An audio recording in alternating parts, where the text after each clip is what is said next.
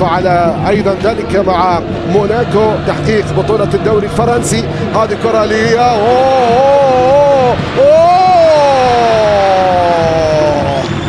يا رحيمي، من لدف معك يا رحيمي.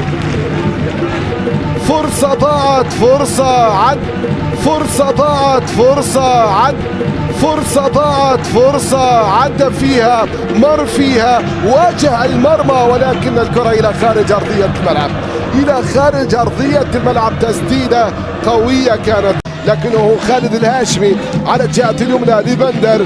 بندر ممكن عرضية، هي كذلك عرضية خطيرة، ممكن جول. الله،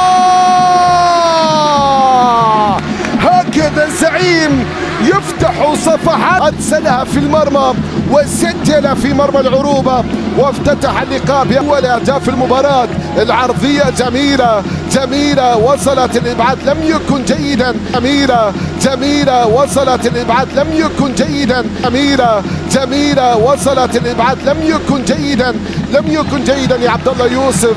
الكرة في المرمى برأسية أن تخطئ أمام سفيان، هذا خطأ فادح، هذا خطأ ممنوع ممنوع ممنوع، لأن سفيان هو من يصنع دائما الممنوع وهو تسجيل. سفيان هو من يصنع دائما الممنوع وهو تسجيل. سفيان هو من يصنع دائما الممنوع وهو تسجيل في المرمى.